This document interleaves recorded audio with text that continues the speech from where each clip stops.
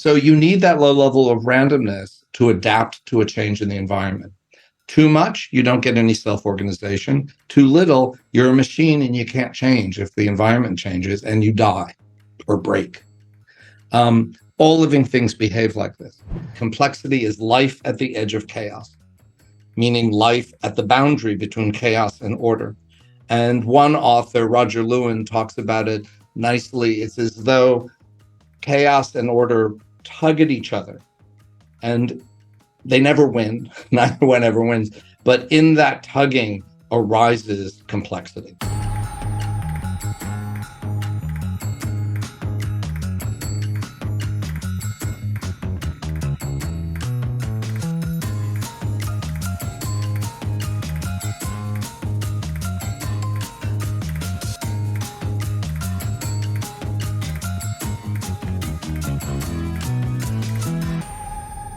Hello, everyone, and welcome back to Chasing Consciousness.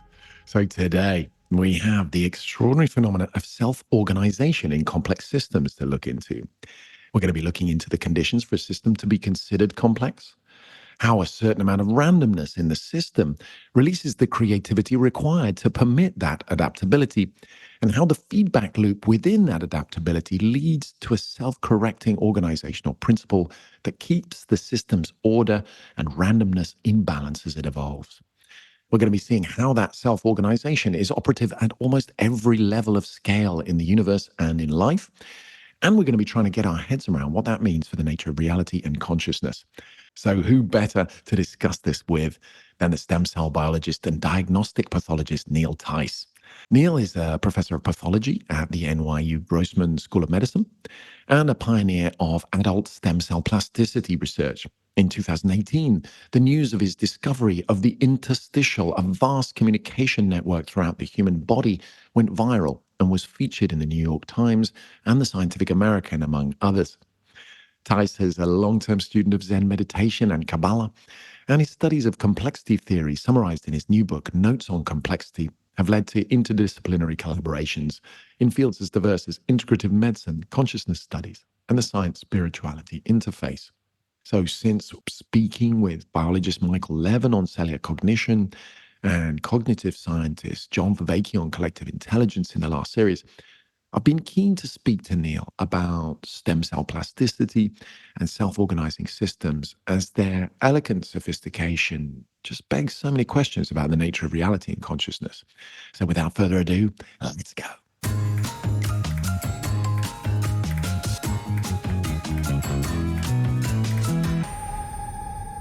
Dr. Niels Theise, welcome to Chasing Consciousness. How are you this afternoon? I'm terrific. Thanks for having me, Freddie.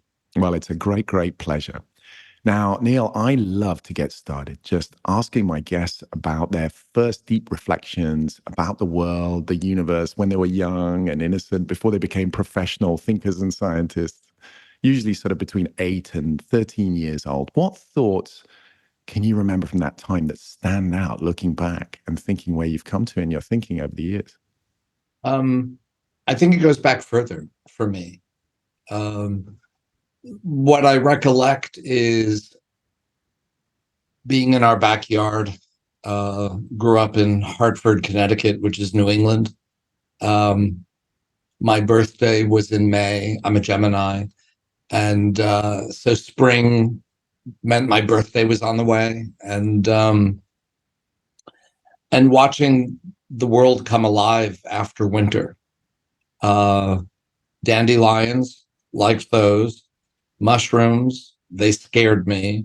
And looking up at the sky and seeing birds and clouds, and at night the stars.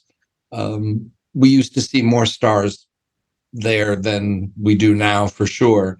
I couldn't see the Milky Way from there, but there was a general sense I always had, from as far back as I can remember, of feeling connected to the world around me. And I think that that's where most scientists actually start. They probably don't remember it. Why I do remember it, I'm not entirely sure. Maybe because I was in psychoanalysis for 4.5 years, 5 times a week on the couch, you know. That can help you recollect stuff. But this sense of connection. And I think that for most scientists, way before they have ambitions to cure cancer or win a Nobel Prize or have a startup, it starts with a deep sympathy and connection with the world that leads to curiosity. And for some people whose brains are constructed this way, that curiosity leads to experiments and trying to describe and understand it.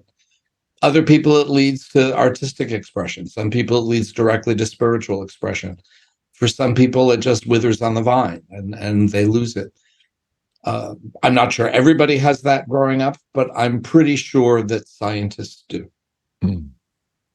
So, Neil, by means of setting the context for your unique take on complexity theory, let's start with your medical and scientific work as a pathologist and as a stem cell biologist. Now, what data led you to forming your cellular uncertainty concept? Well, Oh. wait a minute. I'm getting ahead of myself. Maybe it's best for us to start just by reminding us what stem cells are, roughly how they work, and why their plasticity is so crucial to how we understand our biology. So this goes back to work I did about starting 25 years ago. I had identified that looking at my human liver specimen. So I'm a pathologist, a diagnostic pathologist. That's my microscope in my office. And typically what I look at are microscope slides to diagnose people who have had biopsies or surgical resections.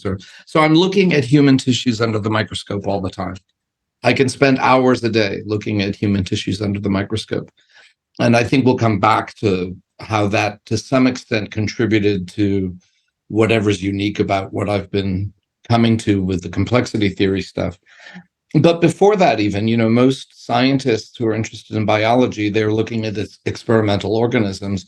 I'm looking at human tissues. I don't have to do mice or worms or rats or whatever.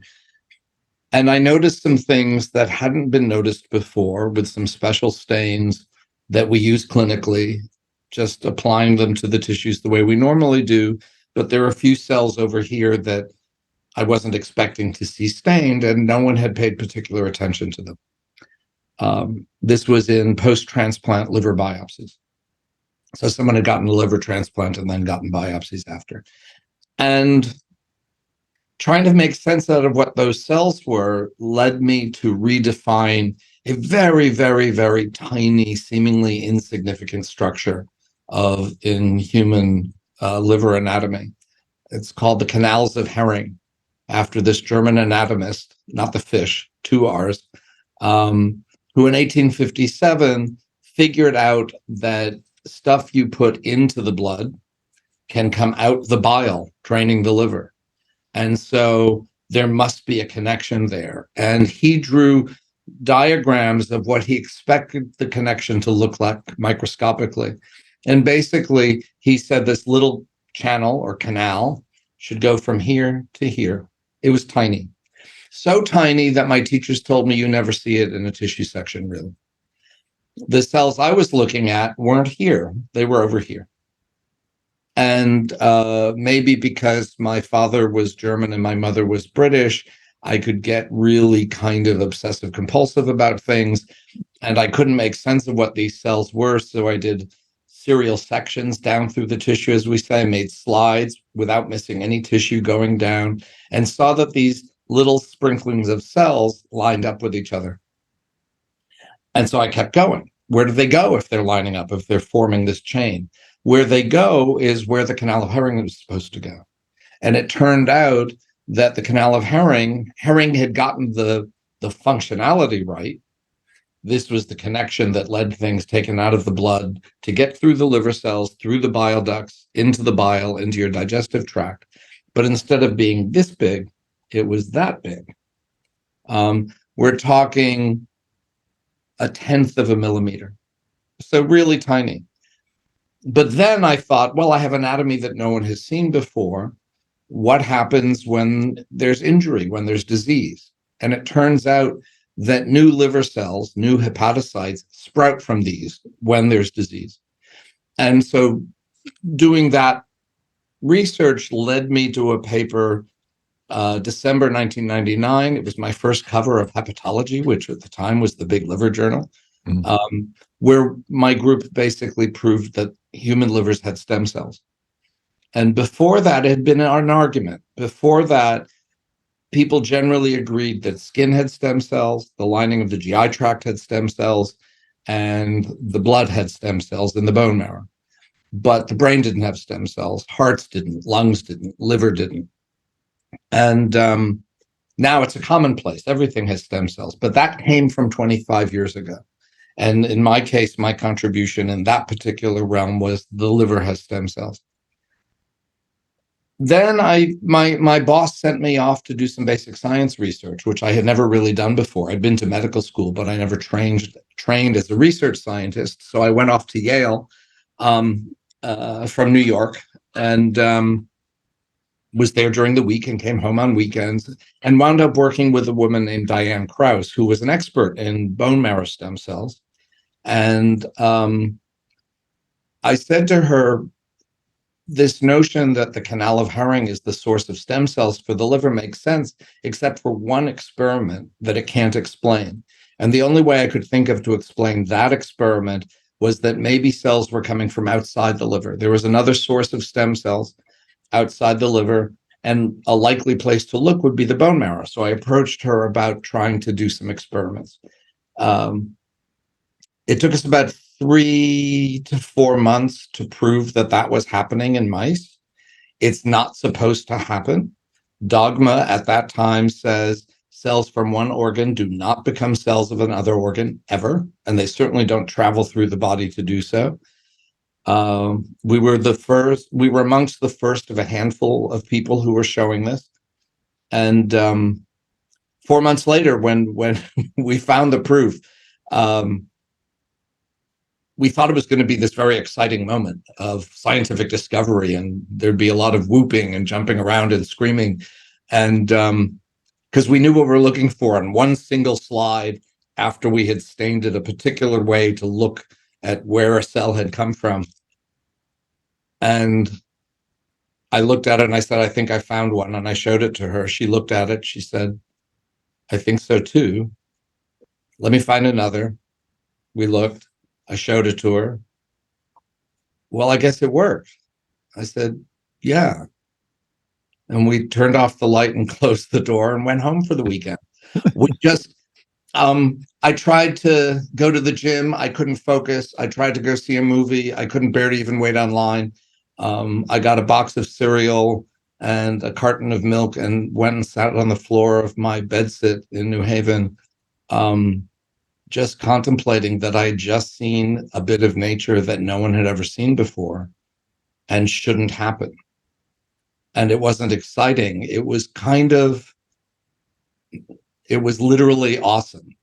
It was just this sense of awe. And is this the source of your phrase, the cellular uncertainty, which I know was slightly provocative on purpose because you wanted to see how your colleagues reacted to this? Right. So what eventually, this was an idea actually that started that very night. Very good point. So I thought Einstein was my childhood hero, not so much anymore. I grew up, I learned more about him. But when I was a kid, I used to celebrate his birthdays every year by bringing in a birthday cake. It was that kind of nerdy kid. And I thought, how to understand this cell that had gone from the bone marrow through the blood to the liver and become a liver cell? How would you follow that? We had followed it using a marker of a chromosome in the mouse that we could track to the a Y chromosome, a male mouse, male bone marrow into a female mouse.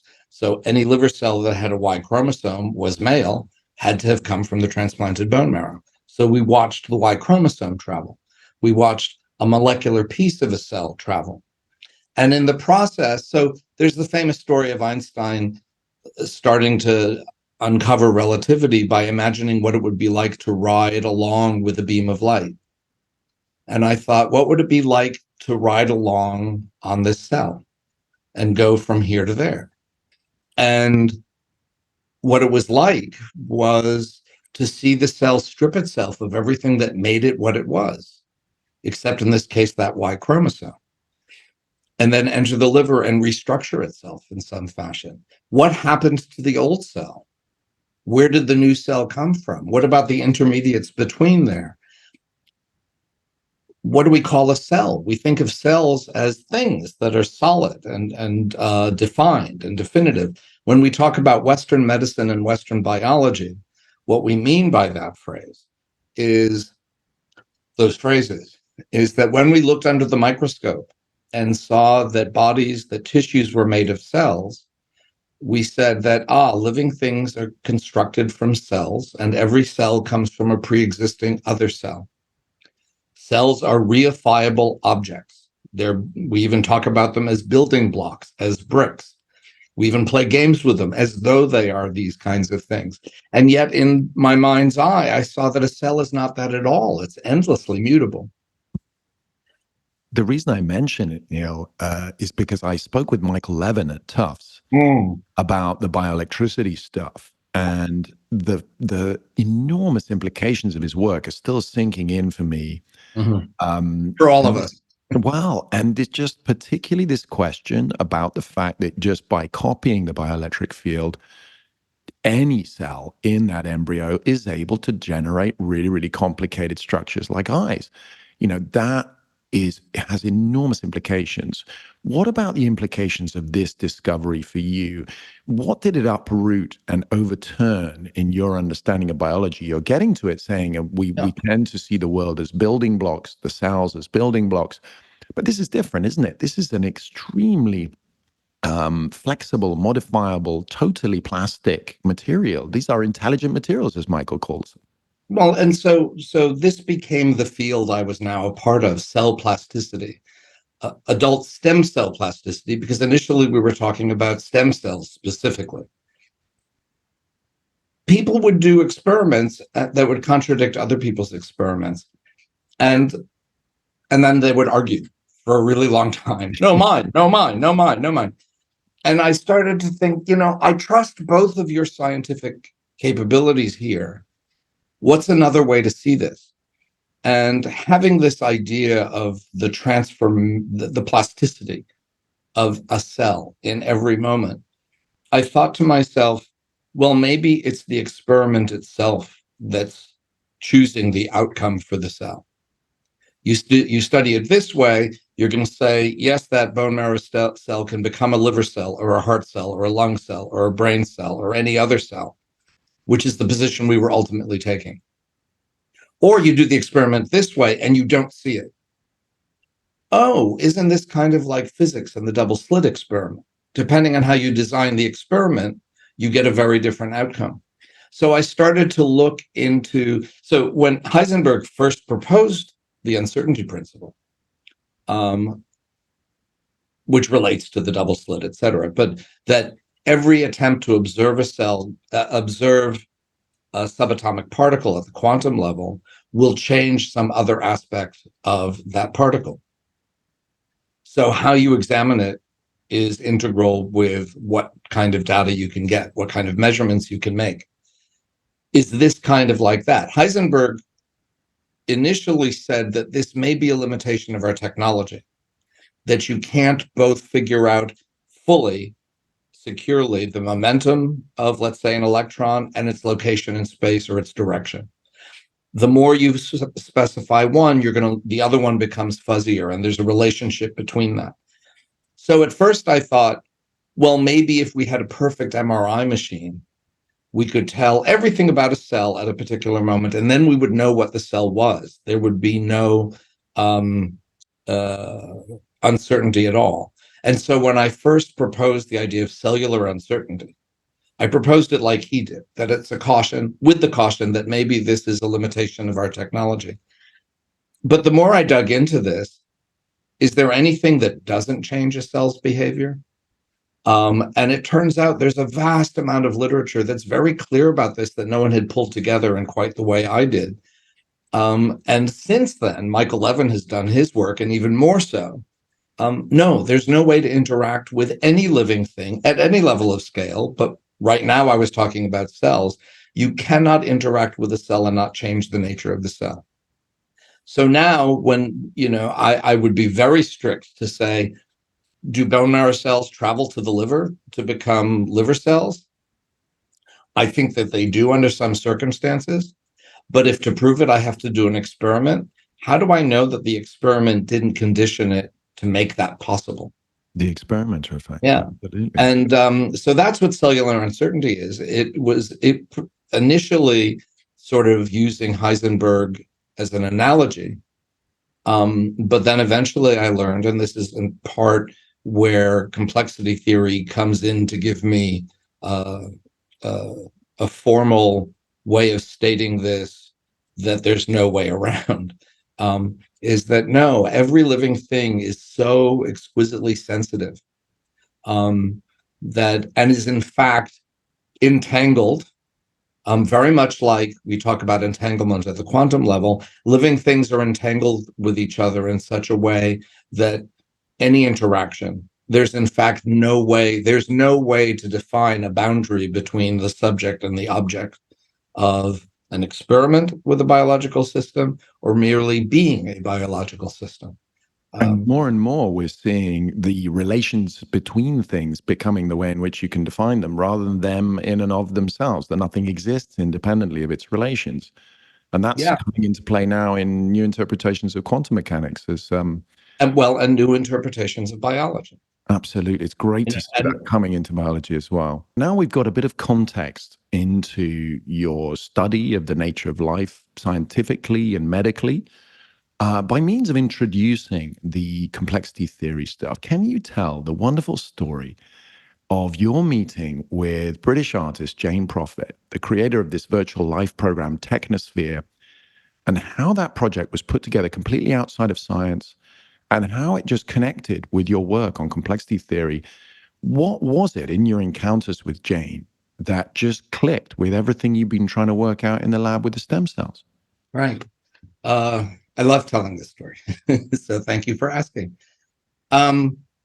So the reason Jane and I came together, first and foremost, is that we shared a very good friend named Peter Ride in London. I had gone to London that's where I trained to become a liver pathologist at the Royal Free.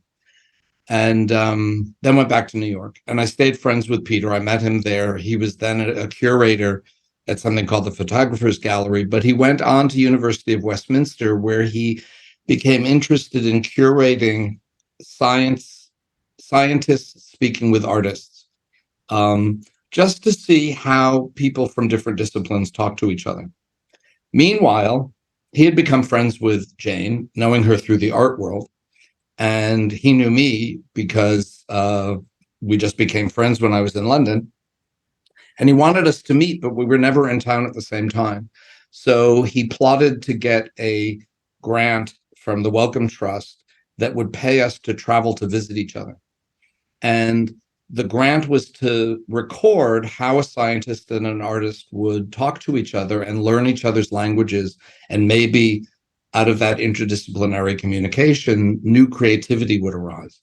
So his job was to facilitate this and then record all our conversations and transcribe them. And Jane and me, all we had to do was talk to each other. Now, what she was most famous for at the time was this thing you mentioned called TechnoSphere. Her art interest at the time was sort of involved in, this was again 20 to 25 years ago, this idea that people were developing emotional responses to creatures online, virtual creatures, was intriguing, let alone intense with other humans who you thought you knew, but did you really? And we all know what goes on there now. Once upon a time, we had discovered how fraught that was. So this interested her. So she and a computer programmer named Gordon Selly created a virtual world called TechnoSphere. And it was this big, wide open world that had mountains and valleys and some structure. And people would design from a few limited possibilities a creature that could go into TechnoSphere. The major thing you had to choose was there'll be an herbivore or there'll be a carnivore. I'm kind of a Buddhist, so I always felt like I should choose an herbivore.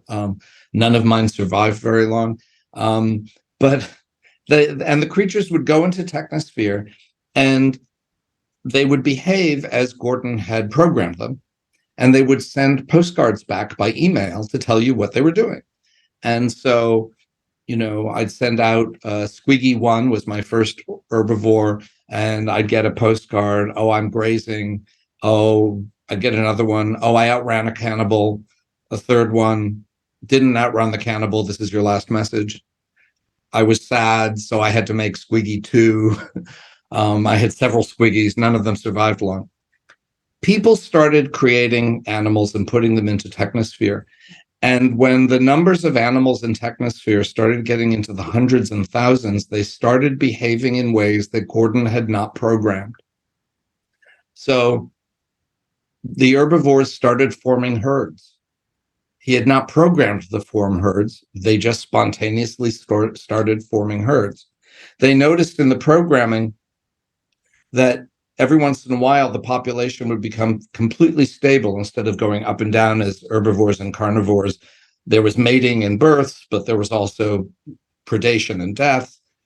Suddenly it would become really stable, and then there would be a sudden population collapse. This was before you could actually put this on a screen to watch it. So they had to go into the code to figure out what had happened. And what had happened was the herbivores had formed a herd, eaten themselves into a closed valley, and the carnivores then lined up at the mouth of the valley, and everything became still. No births, no deaths. Everything was still. And then when the herbivores had exhausted what they could eat in the valley and they tried to leave, they'd go out and the carnivores would, and there'd be a population collapse. Sometimes there was just everything became still and stayed still. And when they went into the code, it turned out that all the creatures of TechnoSphere, they called it the Long March, started walking across the world of TechnoSphere in single file. They didn't know why. No one had programmed it. It just happened. So this idea that there were behaviors that were arising in a bottom-up fashion that had not been programmed by Gordon, top-down, they just arose out of the local interactions he had programmed. Suddenly, these larger scale structures of organization were forming. And they were contacted by people in the artificial life world and invited them to speak at an artificial life meeting in Berlin. And they felt kind of like phonies, but were given a plenary session. And Jane got up and presented TechnoSphere. And she said, well, this isn't real artificial life. It's artificial life. And they came back at her with, no, TechnoSphere is alive. It's a living thing now because it has this property of self-organization and adaptation that they were seeing unintentionally. And that's what you identified in your work, right? Well, yeah. So the moment came when, so Jane explained all that to me.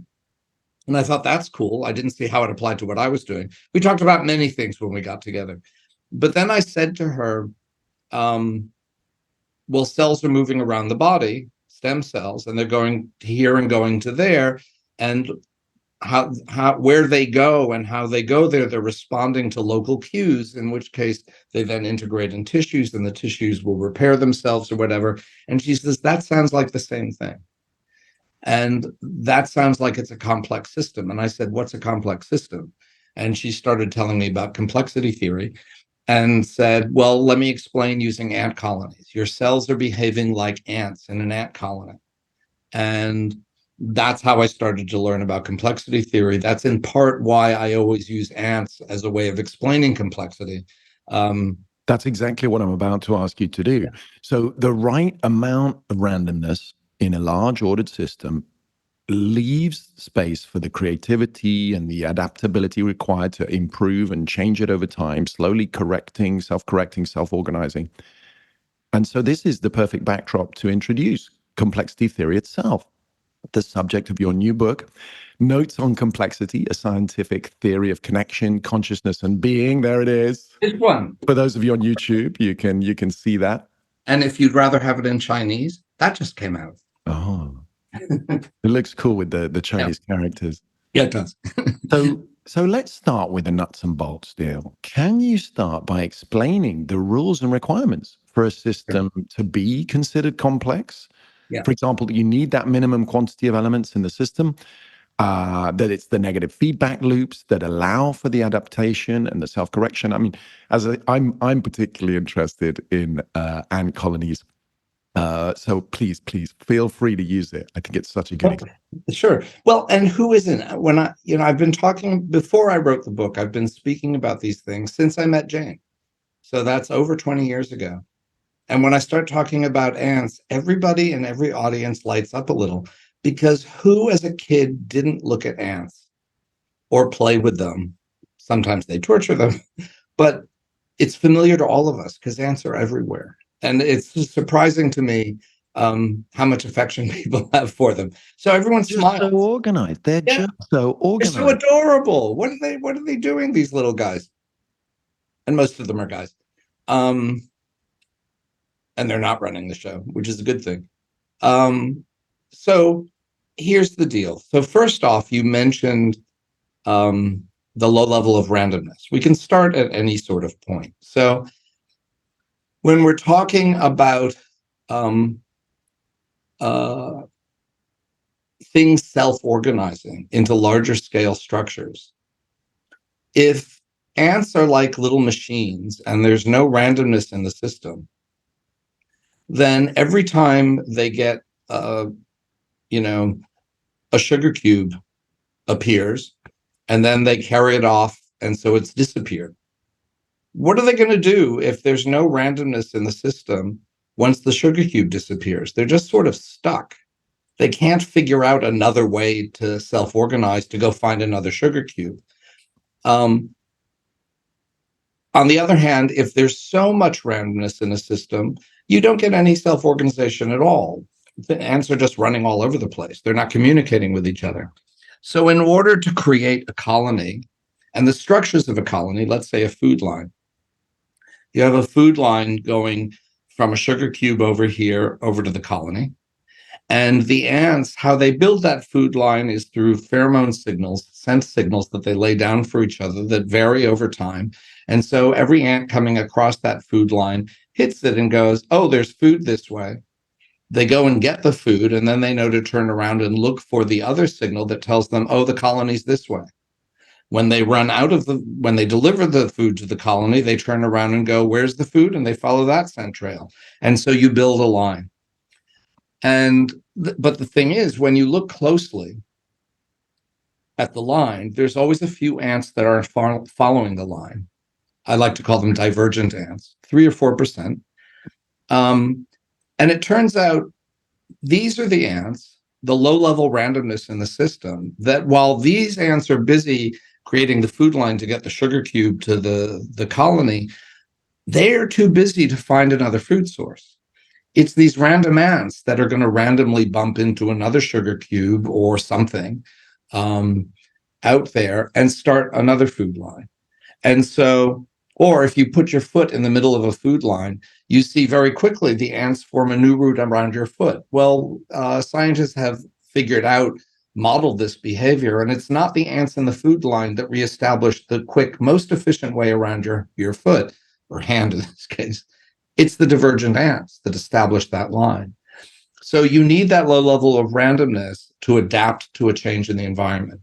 Too much, you don't get any self-organization. Too little, you're a machine and you can't change if the environment changes, and you die or break. All living things behave like this. What's the bare minimum of elements that you need to allow to call something a complex system? I mean, do we have a number? No, so there's no particular number, but you can test it out. And this is the way one studies complex systems, is you have to model them in time using computers. So, and chaos is like that as well, as in chaos theory. So neither of these two modes of order or organization in the universe could really be discovered, let alone studied, until computers had been developed. Because you needed something, it's not like geometry or even physics, where a set of straightforward equations can describe the geometry or the functioning or the behavior of the universe, because these are equations that evolve in time. So you needed something that could do calculations in an iterative fashion over time, and then you see it play out. TechnoSphere had to play out in over time. And the whole thing could have started with TechnoSphere. It didn't. It started with something called the Game of Life in 1970. But it was just a computer game that they started to notice these capacities in. So in terms of number, I can tell you, because I had my nephew was in 5th grade when I started getting obsessed with this, and he got me an ant colony as a present. Like, we used to, in my age, we used to order them from comic books. Now you can get them offline. And you get 25 ants to start, and they make food lines, they dig tunnels, and they have a cemetery so that when an ant dies, it gets placed in the cemetery. And you can watch over time, when you get to around 8 ants, you might lose the tunnel digging. By 5, you've just got 5 individual ants who aren't paying attention to each other. So for ants, it seems to be in the range of 5, 6, 7 ants are the borderline between you getting into self-organization. Now, if you have 250 ants, you get much more complex stuff going on. And if you have ants that have a diversity of interactions, the more diversity of interactions and the greater number of ants, the more complexity you can get.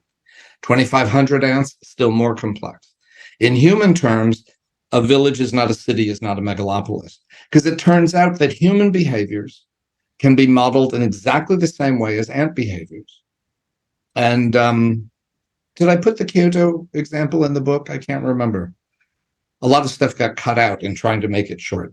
I was sitting in a Zen garden in Kyoto, and I noticed that there was this wisteria going up this trellis, and there was one branch that was particularly wide. And then I saw something moving, and I looked in more closely, and I saw that there were 2 lines of ants going up and 1 line of ants coming down in the middle. And I thought, oh, self-organization. I went home to New York, and I live on the Lower East Side near the Delancey Essex Street station. And I was coming home from work in the station, and there's one staircase there that's kind of wider than most subway stations in New York. And when I came around to go up the staircase, I noticed that there were 2 lines of going up and 1 line coming down. The ants and the people were doing the same thing. Neither was aware of the other. No one had designed this.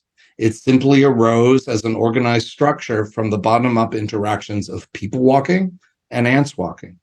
What Jane was pointing out to me is, in the body, cells do the same thing. There's no difference. And so whatever the biology is, across all scales, complexity describes them, again, according to these very simple rules. We've covered 2 of them so far: the need for a low level of randomness, which creates the ability to adapt and change and explore the environment, and that numbers matter. Too few, you don't get complexity, although what that number is depends on what kind of things are interacting. For ants, like I said, it seems to be around in the 5 to 7 ant range. You suddenly get something new. Humans, maybe 3 are enough. In a sandbox, you get self-organization. So, that's how many humans you need to get self-organization. And then you get hierarchies, right? So on the playground, how many humans do you need to self-organize into larger scale social structures? How many kids on the playground do you have to find that there's one in charge, the rest are following, and there's some sullen kid who's either angry or sad, who's not part of the system? 5. So there's an important point there, which I wanted to clarify, this point about planning. Because from the outside, I mean, looking at, say, ants, where they don't have language and they don't have sort of advanced social structures, as far as we know, from the outside, it would seem that there was top-down, higher-order planning to give such adaptability and self-correction. But actually, that's not true. There is no leader or planner activating this process. What are the implications of that when we see that in these large systems? So an implication is in human systems. I mean, it's not, there's a seeming bit of magic here because you can't predict what the larger scale self-organization will look like. You can't look at all the interactions of ants and know that they're going to build food lines and dig tunnels and wage war on adjacent colonies, or have fungus farms, etc. The way you can look at a clock, a really good clockmaker can look at the pieces that you've laid out on the table and tell you that's a clock before they put it together. The whole is exactly the sum of its parts. But in living systems, in complex systems, the whole is always greater than the sum of its parts. So you can't predict what these larger scale structures are going to be. And what makes it even harder to predict is there's this low level randomness. So even if you knew what everything was doing, because of the randomness, you could only say, well, this is the range of possibilities for the next moment. It's not an infinite array of possibilities, but it's not a machine where you can predict that the second hand is going to go from here to here. There's an array of adjacent possibles. One of my teachers and friends in complexity told me, Stuart Kaufman, and those adjacent possibles arise because of this low-level randomness. And one of those will be the next present moment. And then a whole new array of adjacent possibles follows. Now, in human societies, we think all the time that we can do this top-down thing. We talk about human societies in terms of hierarchies, but the fact is they're not hierarchies, they're wholarchies. Everyone's sort of on the same level. They just have different ways of communicating and interacting. Usually the person we say is at the top of the hierarchy is probably the one who has the most connections to the most other people. But let's say you're the president of the United States. Are you connected to the country? No, you're connected to the people you speak to in your office, that you hit the intercom and you talk to someone at the Pentagon, you get incoming information, you get daily briefings. These are all local interactions. They just have more local interactions, greater diversity of interactions. And so that gives them the illusion that they are actually overseeing the whole. But we know that any human situation where someone thinks they have a top-down control, there's always going to be a surprise coming over there from that person over there, that node over there that was self-organizing in its own way that we weren't paying attention to.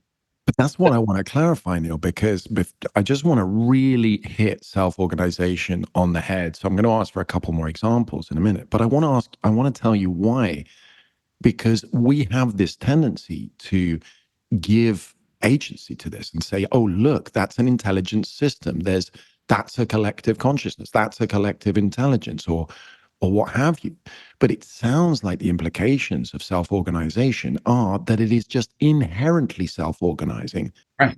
So, I'm not saying that there's never a top-down sort of thing. Obviously, there is to some extent. In those local interactions, yeah. In those local interactions. So, through that huge array of interactions, someone at the top can set a policy that everyone has to follow for a time. But one of my favorite examples is the Beatles. If you're a Beatles fan and you think the Beatles were the greatest band that ever lived, then you think that their creativity is what created Beatlemania. But if you listened to I got hit by a car once. I was laid up for a long time. And I watched the entire 10 hours of the Beatles anthology from the BBC. This was 15, 20 years ago. And it really struck me. I know it was after I met Jane because I was thinking about this. It really struck me how over and over again, the Beatles denied their own genius and placed the responsibility for their creativity on their fans. The best, most famous example is Sgt. Pepper. The reason they went into the studio to create Sgt. Pepper wasn't because they said, hey, I've got a great creative idea. Let's go into a studio and create an album. No. The screaming fans had gotten so loud they couldn't hear themselves play. They talk about the only way they managed to get through a song is that Ringo would set such a steady beat. They could feel it through the stage, through their feet, and that's the only way they could stay in time together. They couldn't hear themselves. So they decided, this isn't what we did this for. We did this to make music. So let's go into a studio and make an album that we can't take on tour. And they kept making choices that would make it impossible for them to take it on the road because they wanted to be done, and they wanted an album that no one could get them to do. That's just one of dozens of examples, because it keeps coming up in their conversations with each other about where the creativity came from. Sure, they're incredibly creative individuals, but they were always adjusting to something that was happening from their fan base. Did they write the music? Of course they did. Did they create Beatlemania? Their fans created Beatlemania. And there's an interaction between all of those elements and that becomes the self-organization. And I guess my big question is, how is it possible for self-organization to emerge in the first place? And I'm sure that that's going to come up as we move on. So in the book, you also talk about how, although the complexity finds this self-correcting, self-organizing path kind of meandering at the edge between order and chaos. Not always self-correcting. Often self-correcting. Here's this gets into the real roots of how complexity was discovered as a thing. And it would overwhelm this conversation to go into the entire thing, unless you wanted to have a whole separate conversation about how that happened. But the nuts and bolts of it are, there are mathematical ways to describe complexity. It requires computer modeling. And so I can't just state what the equations are. You have to play this out in computer programs the way Gordon and Jane created TechnoSphere. Or you can model ant colonies, or you can model chaos theory as well. Yeah. Chaos works very similar. The thing about chaos is that it doesn't have this kind of randomness. Chaos is predictably predictable, whereas complexity is predictably unpredictable in exactly this way. So order in the universe, the three most important categories, the three most widely apparent categories are perfect order, like billiard balls hitting each other, or a machine working. Complete disorder, like molecules in a gas bumping off each other completely randomly. Yep.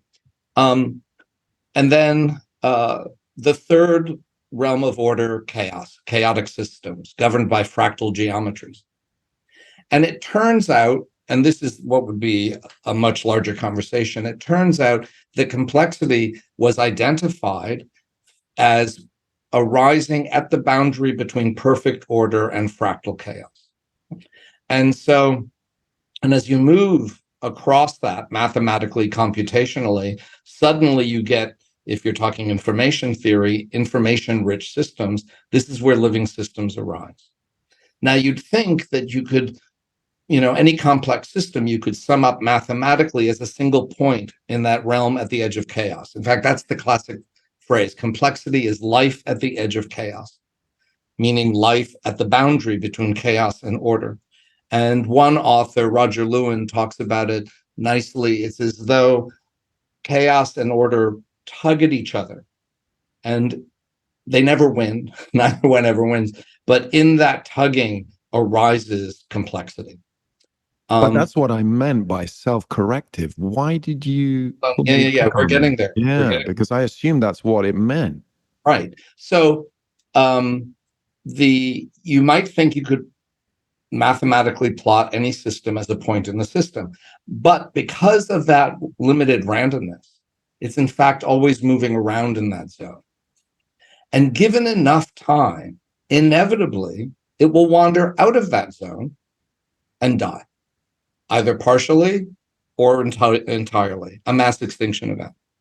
And so the limited randomness is what allows that ant colony, that incredible creative adaptability, so that there can be new food lines and they can reorganize themselves. Anytime the environment changes, our bodies can move around. And if we get a cut, or if we get a wound, or if we get a tumor, our immune systems, our regenerating cells all move in and somehow fix everything going on. That's the usual in a living system. It's creative and adaptive. Nonetheless, given enough time, inevitably, it will wander out of that zone and you'll get an extinction event. And so what makes you able to be a living system inherently, given enough time, will lead you to die.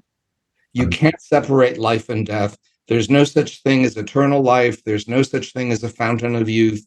We have a lot of discussion these days about, oh, soon we'll figure out how humans can live forever. If you're alive, you will die.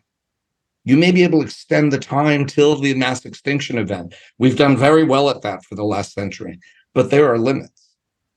So I'd hope you were right. And as I said, I really feel that it's very much a part of that fine balance, because it makes space for even further creativity and adaptability.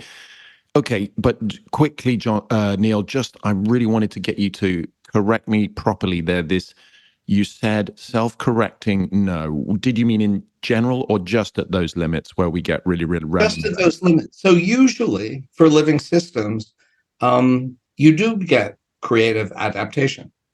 That's what evolution is. That's how I live from this moment to the next till tomorrow. I look in the mirror and I see this face, and how did this face come from the 14-year-old who first read about complexity and the game of life 50 years ago? It's not the same body. It's not even the same cells. Some of it's the same genome, but it's been changing and adapting continually. But now I'm starting to have mass extinction events. I had a couple of strokes back in February. I've got a rotator cuff repair I'm recovering from. And just as I'm recovering from that, it turns out I have osteoarthritis that living with an immobilized shoulder for 3 months has made that worse. And so, okay, that's what aging is. Can't be avoided. But most people, and some mass extinctions happen at 3 months of age. Some happen at 4 years of age. It used to happen earlier on average. Now we live longer, so we have this expectation. That's just our expectation. But just sorry to pin you down on this self-correction point. Doesn't the negative feedback loop require, to make that adaptability evolutionary, doesn't that require a self-correcting mechanism? So that's one of those rules of complexity that we haven't covered, the role of negative feedback loops. So how ants interact with each other, how cells interact with each other, how any members of a complex system interact. There are two ways they can interact. One is what's called a negative feedback loop, and the other is called a positive feedback loop. And by negative and positive, I don't mean bad and good. Negative feedback loop is like an air conditioner. Temperature in a room goes up till it reaches the point that you've set. And then the air conditioner turns on and the temperature comes down and the air conditioner turns off. And so that's a negative feedback loop, and it keeps the temperature in the room oscillating up and down in a very comfortable, narrow range. We call that homeostasis. It's always oscillating. And so this is a key. This is most of the members of a complex system, whether cells, ants, humans, all the members of an ecosystem, et cetera, are interacting in this way. So you'll notice that there's nothing that really follows a straight line. If you're looking at any aspect of your body temperature goes up and down during the day. Your hunger levels go up and down during the day. Your sleep-wake cycle goes up and down in a circadian rhythm. You remove yourself from a circadian rhythm, it'll adjust, but it's always going to be oscillating. The only thing that's flatline is something that's dead.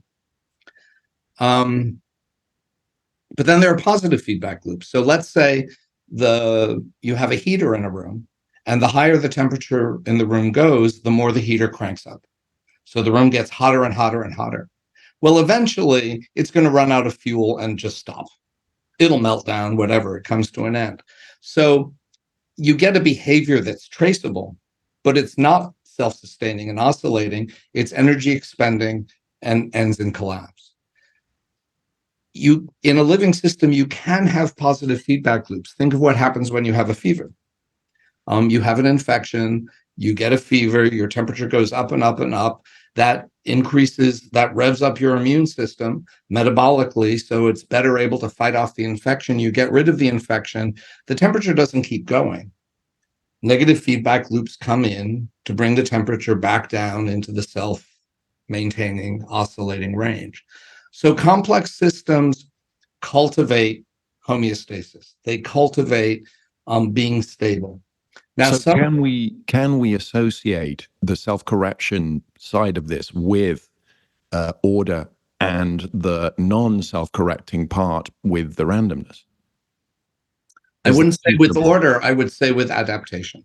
Right. Because we are not perfectly ordered systems. We're not machines. Yeah. We're always sort of like in a balance around something that we're, a spinning top. It's always in motion, and yet that's stable somehow. This helps us understand diseases, both of the body and society. What is cancer? Cancer is when, because of genetics or epigenetics or toxins or radiation exposures, let's say, you prune away the negative feedback loops on how cells grow. They know not to grow too fast, and they certainly know not to leave where they are and travel to somewhere else. When you prune away the negative feedback loops, positive feedback loops come to predominate. You get cancer, which is fast growing, energy expending, and leads to collapse. Economic bubbles. When you prune away too much of the regulatory structures of government over an economy, a lot of people are going to get very rich very quick, but it's a bubble, and then you get collapse. We've seen over the last century how many times we have a collapse leading to a recession or a depression. The government responses that are successful bring in some more homeostatic regulation, not too much. Then you'd have a rigid top-down structure that can't adapt, just somewhere in the right range. Without that, you're just going to get bubbles and bubbles and bubbles. And so what sounds like a political argument between right and left about how to manage economies is a mathematical one. And I think that this is one of the ways in which understanding complexity theory from an early age, kids would look at this and go, why are you arguing about this? It's really clear what we need to do. Why aren't we just doing it? Absolutely. And thank you for the clarification there on this sort of self-organization element, on the negative and positive feedback loop, and on the self-correction, because I just wanted to be absolutely clear on that point before we went forward. Because now I want you to take us through this hierarchy of scales you talk about in the book, from entire organisms, populations, planetary ecosystems, right down to the submolecular level, with self-organizing principles operating at every single level. Take us briefly through some of those levels of existence, and let us know what complexity can teach us about the workings at each level. Do feel free to linger on the quantum uncertainty. I know we've already touched on it with Heisenberg there, when you get down to the subatomic level, because I know you speak about that in the book as well. So implicit in what I've described is that I can talk about ants or humans or birds in a flock as self-organizing into this larger scale structure, the colony, a neighborhood or a city or an economy, a flock. Each of those ants, birds, humans looks like a solid thing. And if you're walking along, if you don't know really what you're looking at because you're sort of out of your element, and let's say you're walking along the desert and you see this dark shape on the ground over there, and it's moving a little, you're not sure what it is, a little body of water, could be an oasis, and then you get close and you realize it's an ant colony. And there is no thing. It looked like a thing, but when you get in close, no, it's just a bunch of ants self-organizing. Well, as I said, what I do all day is look at bodies at the cellular level. If you go down from the everyday scale to look at the body of an ant or a human or a bird, what you get is a community of cells. In the case of humans, 50% of those cells are your cells, human cells, derived from your parents' genomes combined. And 50% of them are bacteria, what we now know to call the microbiome, bacteria and a few other things, fungi, viruses, a few other things, that cover all of your skin and cover all the crevices inside your body, without which you couldn't be a functioning human. Now, that thing that looked like an ant colony, is it a thing or not? It's a thing at one perspective. At the next level of scale, it's a phenomenon arising from smaller things. Now, what I'm saying is each of those things, my body, your body, which appears separate up here, each ant looks like a thing, but at the cellular level, the ant disappears and just becomes self-organizing cells. So which is it? And this introduces the term complementarity, which people who like physics, which apparently many in your audience will know this term as applied to that strange duality of light being both waves or particles, depending on how you study it and how you model it, the double-slit experiment. Bohr coined that term to explain this, that a full description of light, if you left out the particle nature by describing the waves, you're losing half of it. If you describe the waves and leave out the particles, you're missing half of it too. The image I like to use is that famous picture of two faces looking at each other, and the space between the faces looks like a vase. Is it two faces or is it a vase? If you say one, you lose the other. If you say the other, you lose the first. But you can only see one set at a time. That's a complementarity. It's not either or, it's both and.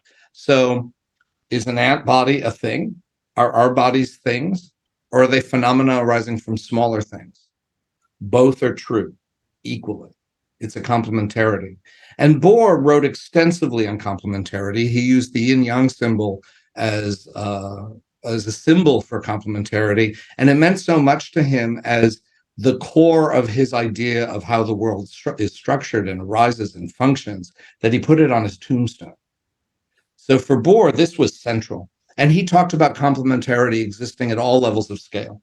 And some of what I've written now, based on complexity theory, which Bohr did not know about, is biological complementarity. Complexity shows how the universe is structured in complementarities.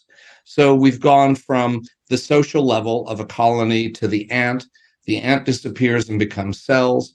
Well, are cells actual things? No, at the nanoscopic level, they're just molecules floating in water. So our ants are molecules a thing. They're just self-organizing atoms. Are atoms a thing?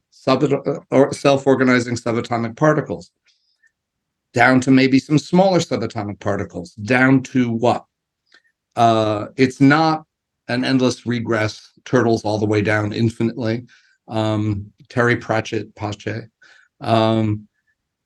Whatever the smallest thing, some people will talk about strings. This is where string theory comes in. What all physicists agree on is that there is a smallest scale, the Planck scale, a smallest unit of space and a smallest unit of time.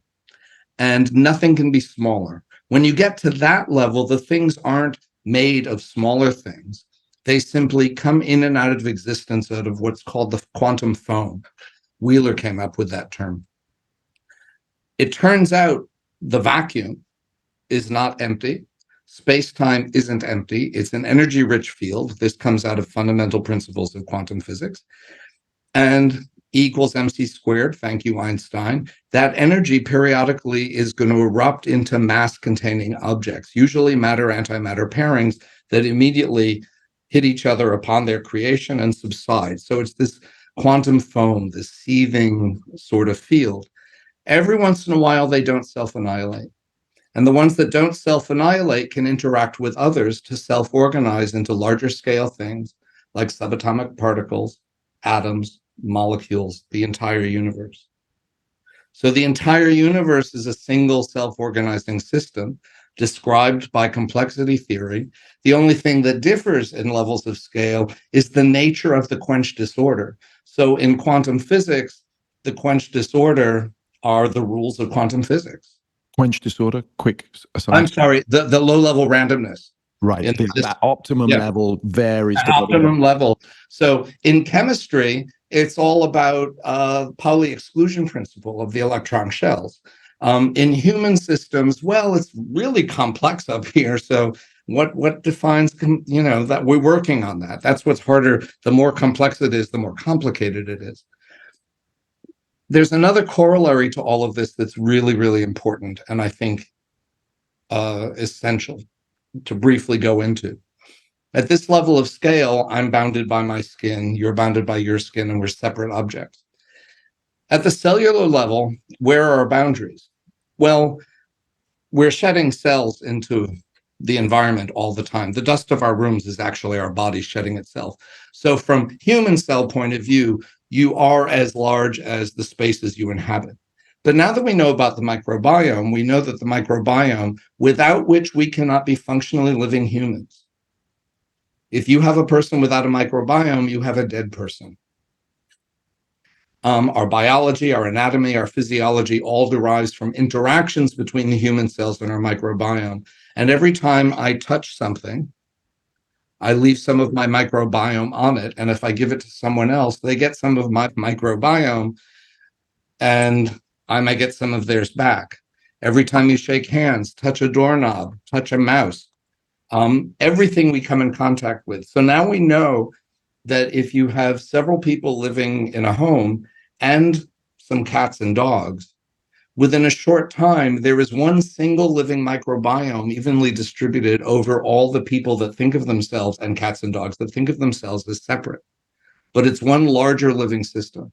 So at the cellular level, our boundaries are in fact the spaces in which we inhabit and the people and other living beings we interact with physically. Where's our boundary at the molecular level? Easiest example is we're breathing in oxygen from plants. We're breathing out carbon dioxide for the plants to then return to us as oxygen. So at the molecular level, where are our boundaries? The entire biomass of the planet. At the atomic level, and notice the smaller in scale you get, the wider the boundaries get. At the atomic level, we think of ourselves as living on this rock we call planet Earth, and we're separate from each other. But in complementarity, equally true, not really debatable, in 3.5 billion years, the atomic substance of the planet self-organized itself into beings that think of themselves as separate, living on top of a rock. It's not one or the other. Both things are absolutely true. We are separate, but we are also the entire planet. The Gaia hypothesis of James Lovelock and Lynn Margulies. What happens when you get down to the quantum realm? Well, there's non-locality and entanglement. There is no inside and outside for quantum fields which fill the universe. There are no boundaries. So in very traditional contemporary scientific terms, the notion of boundaries, of separation between individuals, turns out to be relative, very much like Einstein intended the term. It depends on the scale at which you choose to observe something. How you create the system of observation determines whether you entangled with the biological thing or separate from it. And anytime you think you're separate from it, yeah, there's information you can get from an experiment. The way the double slit experiment, you get information both ways, but there's always more that you're missing. Every experiment I do on stem cells, for example, is going to conceal stuff that the study design won't allow to be detected while I reveal other things. And this is what I talked about before, with this endless carping between people who are like, yes, it exists. No, it doesn't. It was all based on how they designed their experiments. So, we have these Hallmark card sentiments of we are all one, but at the quantum level, we are all one. The Earth isn't a location on a rock on which we live. We are walking, talking Earth. The atoms of the Earth have become us, have created us in a bottom-up fashion. Also created dinosaurs, and then there was a mass extinction event that no one was looking for. Who knows what we're headed for? Maybe that we're creating, though there could be surprises, because there are always surprises, that low-level randomness. The universe, likewise, is not a place. It's not an empty space within which we live. We are the universe that has differentiated within itself into beings that conceive of themselves as separate. All this talk, Neil, about levels is reminding me of my chat with the cognitive scientist John Vervaeke in episode 51, where he was arguing that reductionism to ever smaller levels of description, reducing those emergent properties down to lower and lower levels of existence just couldn't work, because the emergent properties also emanate back down into the lower levels of matter. As he put it, quoting Evan Thompson, there is a deep continuity between all of the levels. Is there anything to add here about this causality up or down between the different levels coming from this unique perspective you're describing? Well, again, terminology helps, I think. And actually, I learned the word Wholarchy from Evan Thompson's father. We used to be part of a group together. When I referred to Wholarchy before as a way of reconsidering hierarchies and squashing them down into these nodes of interaction, what it really means on a deeper level is that at this level of scale, this finger is bounded here. At the cellular level, it's bounded out here. At the molecular level, it's bounded out there. All of those things are true in a Wholarchy. One is not more important than the other. One is not more privileged than the other. The bottom isn't more important than the top. The top isn't more important than the bottom. And all the scales in between, none of them supersede any of the others, because they all exist in a perfect complementarity at all times. The only difference is how we choose to interact with it, how we choose to perceive it and explore it. In medical terms, allopathic medicine, Western medicine, we're really good at carpentry. I just had a rotator cuff repair. Go in and attach pieces and then see what happens. We now know that that's happening on a cellular level. So we've developed some cellular things. It didn't work for me, but you can go put platelet-rich plasma in there and it can accomplish a lot of the healing. We know things work at the molecular level. This has been a really tough year for me between strokes and the shoulder and publishing a book. So now I'm on Wellbutrin. So I've got a little bit of chemical stuff helping me at the molecular level. Thank God I live in an age where that's available. At the quantum level, we're not so good, but other cultures are really good. I was once at a conference with the Dalai Lama, and someone asked him why he had a Western trained doctor and a Tibetan doctor. And he said, because essentially they each do different things. If I've got an infection or an appendix that needs taking out, I'm going to go see a Western guy because we're not going to do much for that. But if I've got issues with stress and aging, Tibetans are good with that, because we're all attending to the body at different levels.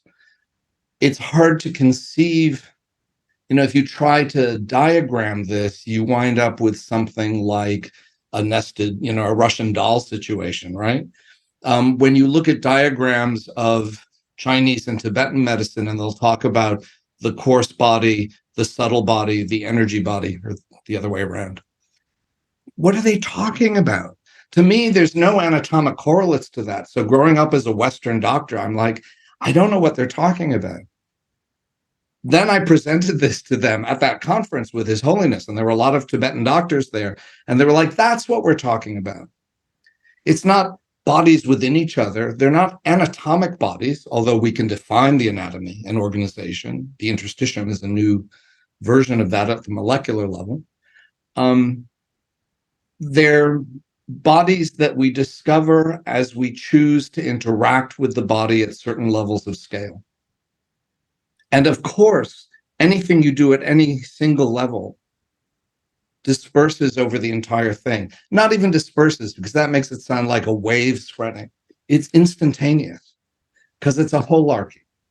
There is no separation. This seems like a very good moment. But in order to get onto the implications for consciousness research, it's a very good moment to mention that you've studied Zen Buddhist meditation for a good many years. And I must say it rings in your tone, in your style, in your way of describing your scientific research. Just have interest before we talk about consciousness.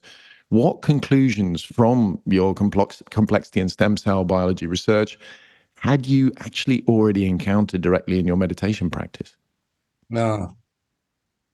I know that's a bit of a naughty question to a scientist, No, isn't it? no, no, no, It's like no, no, giving no, no, away, no, not at all. that Not you at had a all. preconceived idea from meditation. No, no, no. So, another story that got left out of the book, but this is the key moment for me. So I've always had a religious practice. Growing up as a kid, I was a child of Holocaust survivors and was raised in a Jewish household that was very loving, in a community of German survivors. So the children of my generation were like the treasures. We were treated very, very well. And so I never felt I needed to run from it. And my instinct, as I described earlier, with how I dealt with the world, one way that expressed itself was science, the other was religion. And I was thinking about becoming a rabbi. I was thinking of becoming Orthodox at some early points in my life. I was gay, so that sort of got short-circuited because that would have been a little difficult. But that was the religion side, and then there was the science side. And I had no interest in our cultural fixation on can those merge, or are they separate, or does one contradict the other? Those were just not, that was not my instinct for any of this. But I had no instinct for merging them either. They were simply complementary ways of experiencing the universe. And it remained that way until a few months after I met Jane. And I was thinking about how the stem cells I was studying on my slides and in my animal models, I was doing mouse work at the time. I don't do that anymore. I don't love doing it, but I was doing it. How I kept thinking about the stem cells as out there, but in fact, I'm studying myself. I'm studying my cells that are moving around my body, that are organizing. I get a cut and I watch it heal. This is my body. This is happening, and this is me. And this idea of, am I a body or am I cells, sort of in Buddhist terms, became like a Buddhist koan. The sort of, what's the sound of one hand clapping is the most famous one. The answer isn't this. You can't solve it by intellect. You solve it by merging yourself with the koan, the question. Am I a body or cells? Am I a body or cells? And I just couldn't shake it.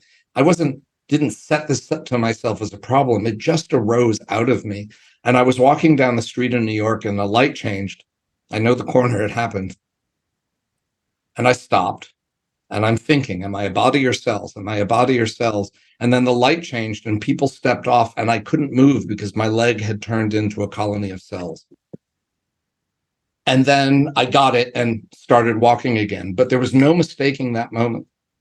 Some weeks later, I was at my Zendo, our Zen center, and I was the opener on Thursday mornings. So in case anyone else wanted to come sit, back then it was a smaller group. Sometimes I was alone.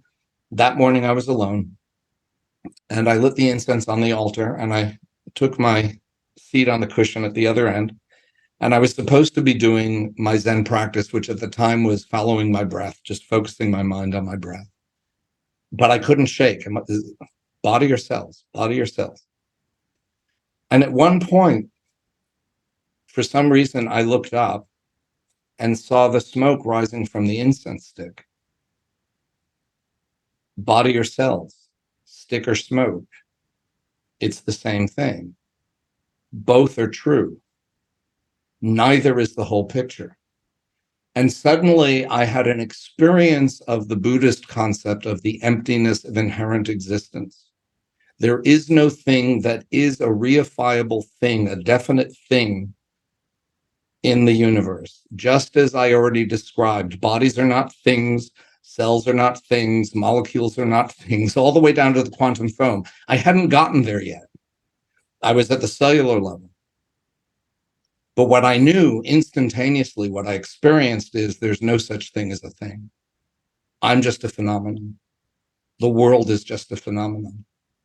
One of the themes of this series is to be aware not only of our ability to self-transcend, but by the same cognitive mechanism also to self-deceive.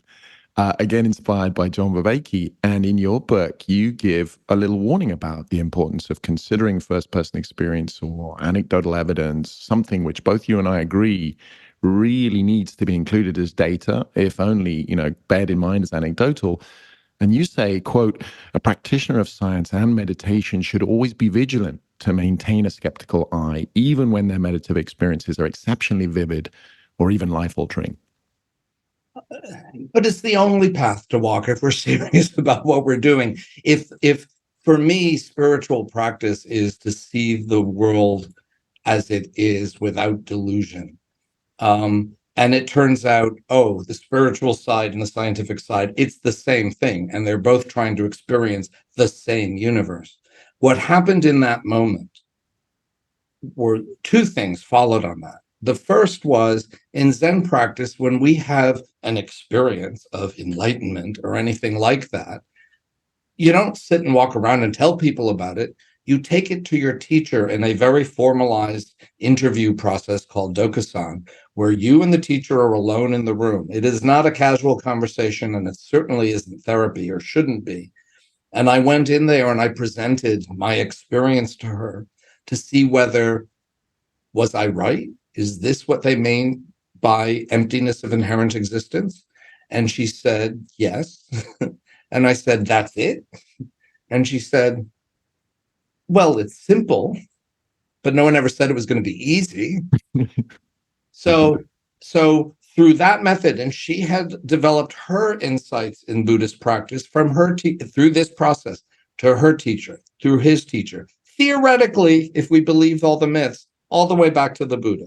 So that's one way for me to check on it. The other way to check on it is the scientific side. Well, if this is true for cells, are cells a reifiable thing the way I was taught, or are they not?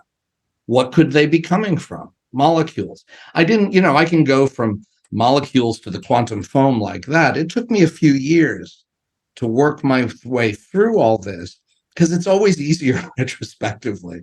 I did a lot of work to see whether the science could match that and do it consistently and do it without leaps on accepted terms of the system I was raised in. One of the things you said is, is it a true transcendent moment or is it delusion? The only thing I would just change the terminology a little bit, because the most astonishing thing for me, and the most difficult for me to deal with, is I got into Zen practice and the whole spiritual thing, in part, I think, because of how uncomfortable I was growing up gay and how my physical being was self-traumatizing. I thought, this is the problem with who I am. If I could be a brain in a pan, like in a Star Trek episode, I'd be a happy kid. It didn't work. We can't do that yet. So I thought a Zen practice to transcend, to become awakened, it's something out there and above. What this taught me in a flash, that was part of that moment, is this. It's not transcendent. It's utterly immanent. My body itself is the awakened thing. This earth itself is the awakened thing. This universe itself is the awakened thing. There's nothing to transcend to. It's utterly ordinary. Okay, so bearing all of that in mind, what does all this mean for consciousness studies? How does consciousness relate to a self-organizing universe? You speak about the brain as a transducer of consciousness rather than a bottom-up generator of consciousness. How the hell do we test it? I don't know, but give us an overview of your transducer analogy and how everything we've discussed so far brought you to that. So mostly, I really couldn't care less about the question of consciousness for a really long time. Buddhism talks about consciousness. I don't care. I wanted to feel better, be less anxious, transcend. But then I started looking at complexity theory, and there's that magical thing about how things emerge, these larger scale structures emerge bottom up. And I saw people were saying, well, that's how the brain creates consciousness. It's an emergent structure, like all emergent structures. And I thought, that sounds good. But then I met through Evan Thompson's mentor, Francisco Varela, that he said, and if you haven't had that conversation with Evan, you should invite him back. I haven't spoken with him yet. Many extraordinary stories there. Tell him I said that. Varela said that all living things have mind. And if you find something that has mind, it is a living thing. And the smallest living things we know are cells. And if you've ever heard of the Mind and Life program that brings the Dalai Lama together with scientists to discuss stuff, it was founded by Varela. And it's called Mind and Life because of this thing that where you find mind, you find life, etc. Back and forth. He was also a Buddhist student of the Dalai Lama. So when I was thinking about all this stuff and thinking about complexity theory, I met Evan and his father and a whole bunch of people they hung out with called the Lindisfarne Fellows, became a member and learned about Varela. And so it was like, oh, no, it's a panpsychist thing. It's not a materialist brain makes mind. It's a panpsychist thing. There's mind everywhere. Even cells have mind. And when they get together, emergent self-organization, you have a human mind or a whale mind or a cow mind or whatever. Magic, emergence. But then you have the hard problem of consciousness, which I'm guessing I don't have to define. Yeah, I don't think you need to. Basically that no model of consciousness we have, either from panpsychists or from materialists, explains how we have the experience of having an experience. So that's a problem. But I know from my own contemplative practice and speaking to other people with different contemplative practices, that there's, and from scientific studies of mind that's independent of brain, that things can be more complex. And having already had Buddhist practice, which has confirmed emptiness of inherent existence, interdependence, if Buddhist contemplative practice could show me all this stuff of a complex universe, that those two things mapped to each other, then maybe I should listen or actually pay attention to experiences I have where deep within the mind contemplating itself, which by definition cannot be an empirically scientific experiment because it's the self exploring the self. There's no subject and object to split apart there. My own mind, delving into my own mind, finds deeper stratas of mind that are not bounded by my brain, by my body, by my culture, by existence. And that could be my delusional thing, but I can go describe it to my teacher and she goes, yes, that's it. Cultures around the world for hundreds of thousands of years, humans have been exploring this sort of thing. It's only recently we go, no. Everything has to come out of the material world. I have a whole long chapter, not that long, a whole chapter on the Vienna Circle, who are the philosophers and mathematicians and social scientists in Vienna in the 20s and 30s, who more rigorously than anybody explored and defined that an accurate understanding of the world could only come through empirical science, could only come through formal mathematics. Quantum physics showed that that's not true. Contemplative practice like this shows that's not true. And worst for them of everybody is Kurt Gödel, who mathematically showed that mathematics cannot be derived. There is no way to describe the universe mathematically without referring to intuitions, not proofs. That mathematics and science are not the only way to define the world. In fact, they're insufficient to describe the world. And what's left is intuition of all kinds. You have to be rigorous about it. But what those intuitions point to, not just from me, is that there is a fundamental non-dual awareness that underlies everything, out of which arises the universe. and everything in it. And so the brain's job isn't to make mind.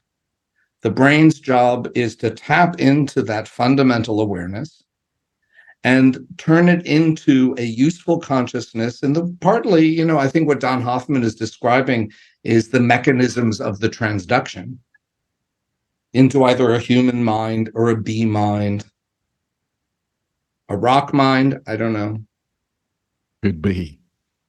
Well, Neil, it leaves me just to thank you very, very much for your generosity of your time. I know you're on call.